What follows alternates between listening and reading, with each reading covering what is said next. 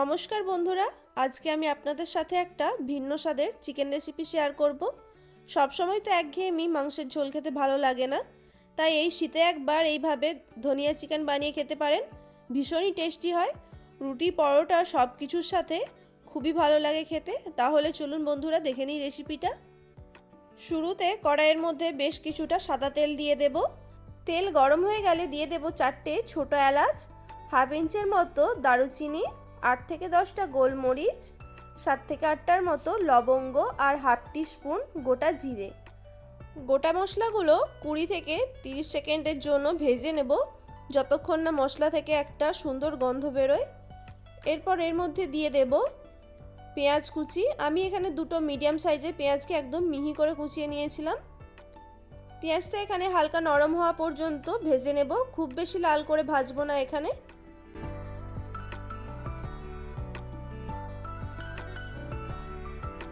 পেঁয়াজটা এখানে নরম হয়ে গেলে এর মধ্যে এবার দিয়ে দেব 1 টেবিল স্পুন রসুন বাটা, আর ওর সাথে দিয়ে দিচ্ছি 1 টেবিল স্পুন আদা বাটা। আদা রসুনের কাঁচা গন্ধটা চলে যাওয়া পর্যন্ত ভালো করে পেঁয়াজের সাথেই ভেজে নিতে হবে। মিনিট 2 সময় ধরে আদা রসুনটা এখানে ভেজে নিতে হবে। সব কিছু ভালো মতো ভাজা হয়ে গেলে এবার এর মধ্যে দিয়ে দেব 1 কেজি চিকেন। আমি এখানে চিকেনটা আগে থেকে ধুয়ে জল ঝরিয়ে রেখেছিলাম। চিকেনটা দিয়ে হাই ফ্লেমেই বেশ কিছুক্ষণ সময় ধরে কষিয়ে নেব সব কিছুর সাথে। চিকেনটা দেওয়ার পর গ্যাসের ফ্লেমটা বাড়িয়ে রেখেই সব কিছুর সাথে ভালো মতো একবার মিশিয়ে দিচ্ছি।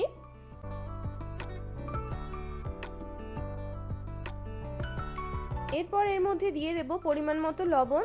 আমি এখানে 1.5 চামচের মতো লবণ দিয়েছি, আর সাথে দিয়ে দেব হাফ টিস্পুন হলুদ গুঁড়ো। এখানে হলুদের পরিমাণটা একদমই অল্প দিয়েছি। এবার চিকেনটা ভালো করে কষিয়ে নেব।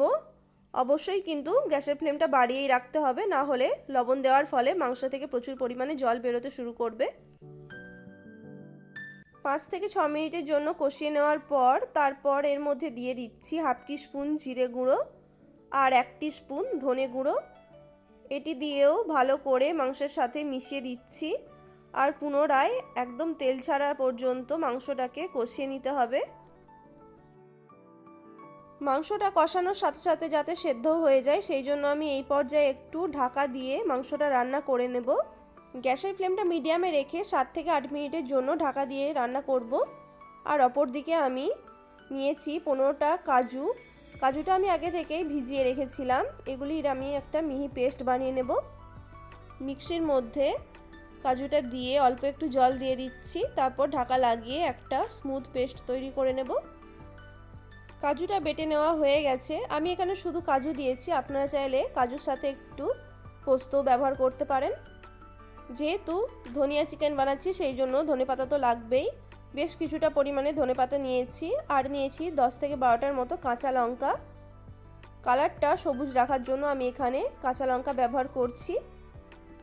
কাঁচা লঙ্কাগুলো খুব বেশি ঝাল না, সেই জন্য আমি পরিমাণটা একটু বেশিই নিয়েছি। আর সাথে 2 চামচের মতো লেবুর রস দিচ্ছি। এর ফলে ধনেপাতার কালারটা পেস্ট করার পরও একদম পারফেক্ট থাকবে।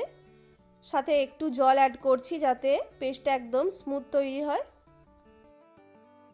ধনেপাতা আর কাঁচা লঙ্কার পেস্ট আমার তৈরি করে নেওয়া হয়ে গেছে। এবার এটি আমি সাইডে রাখছি। 7-8 মিনিট ঢাকা দিয়ে রান্না করার পর ঢাকাটা খুলে নিচ্ছি। একটু নাড়াচাড়া করে দেব যাতে তলায় না লেগে যায়। মাংসটা একদম জল শুকিয়ে যাওয়া পর্যন্ত রান্না করে নিতে হবে গ্যাসের ফ্লেমটা বাড়িয়ে নিয়ে। এরপর অল্প একটু তেল ছাড়া শুরু করলে ওর মধ্যে বেটে রাখা কাজুটা দিয়ে দেব। মাংসটা এখানে আমার প্রায় 60%-এর মতো রান্না হয়ে গেছে। কাজুটা দেওয়ার পর আমি ভালো মতো মিশিয়ে দিচ্ছি।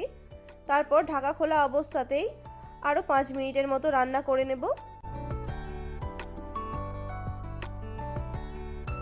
5 মিনিট পর আমি এর মধ্যে বেটে রাখা ধনেপাতা আর কাঁচা লঙ্কার পেস্ট দিয়ে দিচ্ছি।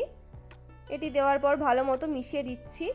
ধনেপাতা আর কাঁচা লঙ্কার পেস্টটা কিন্তু একদম শেষ পর্যায়ে দিতে হবে, নাহলে কিন্তু ধনেপাতার ফ্লেভারটা খুব বেশি থাকবে না আগে থেকে দিয়ে দিলে।